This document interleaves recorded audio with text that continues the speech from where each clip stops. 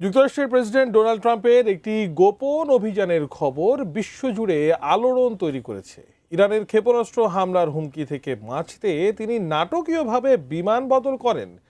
তুরস্কের ন্যাটো সম্মেলন শেষে অত্যন্ত গোপনে এই কাজ সম্পন্ন করা হয়। বিশ্বজুড়ে হাসির খোরাক হওয়া সেই খবরের বিস্তারিত জানাচ্ছেন মেহেদী হাসান।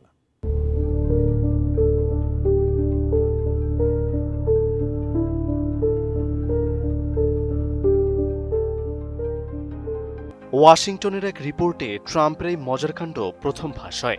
গত মাসে তুরস্কের আঙ্কারায় ন্যাটো সম্মেলন শেষে এই ঘটনা ঘটিয়েছিলেন মার্কিন প্রেসিডেন্ট ডোনাল্ড ট্রাম্প। ঘটনাটি ছিল এমন, ট্রাম্প সবার সামনে বেশ ভাব নিয়ে বড় বিমান এয়ারফোর্স ওয়ানে উঠলেন।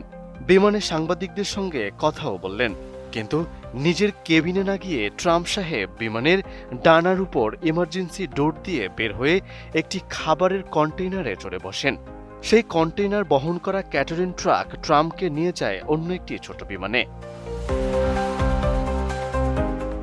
বিবিসির মার্কিন সহযোগী সিবিএস নিউজ বলছে, ট্রাম্পের এই কাণ্ড মোটেও শখের বশে ছিল না।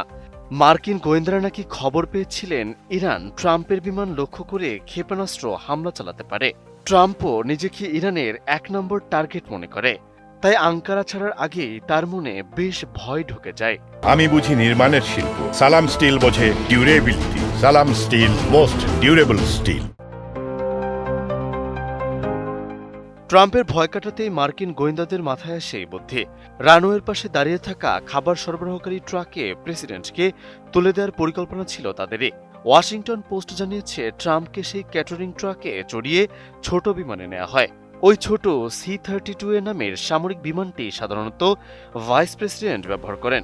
এমনকি প্রতিরক্ষা মন্ত্রী পিট হেগসেথও গোপনে সাধারণ সিঁড়ি দিয়ে বিমানে ওঠেন, যেন কেউ কিছুই টের না পায়। এদিকে এয়ারফোর্স ওয়ানে থাকা সাংবাদিকদের বলা হলো জানালার পর্দা বন্ধ রাখতে। বেচারা সাংবাদিকরা ভাবলেন প্রেসিডেন্ট হয়তো ভেতরে ঘুমাচ্ছেন। কিন্তু ট্রাম্প তখন অন্য বিমানে করে লন্ডনে পৌঁছান। সেখান থেকে কাতারের দেয়া বিলাসবহুল বিমানে চড়ে তিনি ওয়াশিংটনে ফিরেন। হোয়াইট হাউসের প্রেস সেক্রেটারি ক্যারোলিন লেভিট অবশ্য নতুন বিমানের নিরাপত্তা ব্যবস্থার বেশ প্রশংসা করেছেন। বিমানের এক সাংবাদিক পর্দা নামানোর কারণ জানতে চাইলে ট্রাম্প বেশ রসিকতা করেন। তিনি বলেন, আপনারা হয়তো এক বিপজ্জনক ফ্লাইটে আছেন, আমি মারা গেলে তো আপনারাও মারা যাবেন, তাই চাইলে এখনই পেশা বদলে ফেলুন। মার্কিন সাংবাদিকদের মন্তব্য পুরো ঘটনায় প্রমাণ হলো ইরানকে ট্রাম্প প্রশাসন কতটা ভয় পায়। যুক্তরাষ্ট্রের এত নামিদামি আকাশ প্রতিরক্ষা ব্যবস্থা তাহলে কি কাজের, তা নিয়েও প্রশ্ন করছেন কেউ কেউ। মেহেদী হাসান, ATN নিউজ।